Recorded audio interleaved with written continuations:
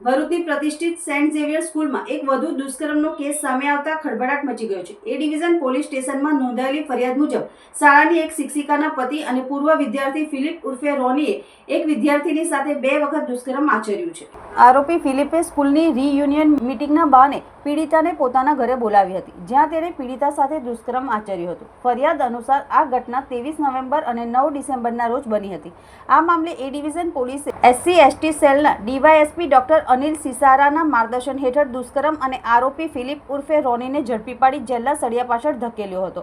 આ મામલે પોલીસે વધુ તપાસ હાથ ધરી છે। આ કેસમાં ચોંકાવનારી બાબત એ છે કે આ જ પીડિતા સાથે અગાઉ શાળાના ઇન્ચાર્જ પ્રિન્સિપાલ કમલેશ રાવલે પણ અયોગ્ય વર્તન કર્યું હોવાની ફરિયાદ નોંધાઈ હતી। એક પછી એક સામે આવી રહેલી આવી ઘટનાઓએ શાળાની પ્રતિષ્ઠા પર ગંભીર સવાલો ઊભા કર્યા છે।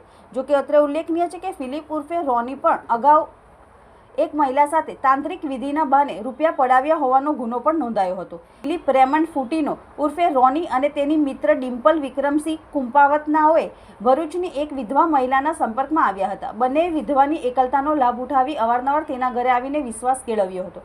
વિધવાનો પતિ રેલવેમાં નોકરી કરતો હતો, જેથી તેની પાસે તેના રૂપિયા હોવાની માહિતી બંને આરોપીઓને હતી। વિધવાને તેના પતિનું મરણ અને સગાવાલાઓ પણ ગુજરી ગયા હોવાનું જણાવી તેમના આત્માને મોક્ષ અપાવવાની વિધિ કરાવવા જણાવી વિશ્વાસમાં લીધા હતા, જેથી આરોપી રોની તેના ઘરમાં ધૂપબત્તી કરીને વિધિ કરવાના ઢોંગ પણ કરતો હતો। એક દિવસ તેણે વિધવાની એકલતાનો લાભ ઉઠાવીને કોઈ કેફી પીણું પીવડાવીને તેની સાથે શરીર સંબંધ બાંધ્યો હતો। બંને આરોપીઓએ વિધવાને વિધિના બહાને દમણ લઈ જઈ ત્યાં પણ કેફી પીણું પીવડાવી તેની સાથે બળાત્કાર ગુજાર્યો હતો।